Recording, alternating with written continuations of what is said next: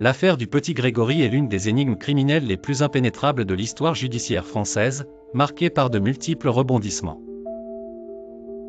Le 16 octobre 1984, dans le village de l'Épanche-sur-Vologne dans les Vosges, le corps de Grégory Villemain, âgé de 4 ans, est découvert pieds et poings liés dans la rivière Vologne, déclenchant une série d'événements rocambolesques et douloureux. L'affaire prend une tournure sinistre dès ses débuts lorsque les parents de Grégory, Jean-Marie et Christine Villemain, reçoivent un appel téléphonique anonyme annonçant avec froideur « J'ai tué le petit Grégory ». Cette déclaration fait écho à une campagne de harcèlement anonyme initiée en 1981 par un mystérieux « corbeau », jaloux du succès professionnel de Jean-Marie ou animé par un désir de vengeance incompréhensible.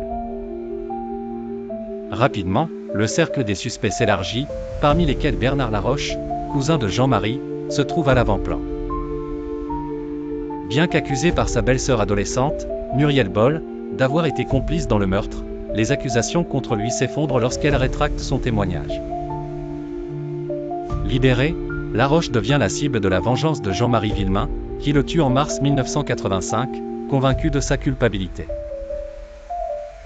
Dans un retournement de situation poignant, Christine Villemain est mise en examen pour le meurtre de son fils, une accusation principalement fondée sur des analyses graphologiques. Clamant son innocence avec vigueur, elle obtient un non-lieu en 1993, aucune preuve matérielle n'ayant jamais pu établir sa culpabilité. L'affaire connaît plusieurs relances judiciaires marquantes, notamment durant les années 2000 à 2010, mais sans résultat concluant. Un sursaut en 2017 réchauffe l'intérêt public et l'espoir des familles avec des nouvelles expertises en écriture, des analyses ADN plus poussées, et un intense cycle d'interrogatoires. Parmi ces nouvelles investigations, plusieurs membres de la famille Villemain, y compris Muriel Boll, sont de nouveau placés en garde à vue. Cependant, malgré les spéculations d'un crime pouvant impliquer un complot familial collectif, les révélations ne parviennent pas à apporter un éclaircissement définitif sur l'identité de l'auteur du crime. Les avancées scientifiques offertes par les tests ADN, attendus comme porteuses de vérité, n'ont pas réussi à identifier l'assassin, aucun ADN exploitable n'ayant été retrouvé.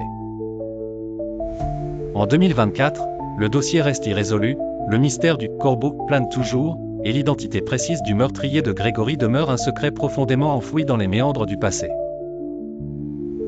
En dépit de la multitude d'efforts engagés, aucune condamnation définitive n'a vu le jour.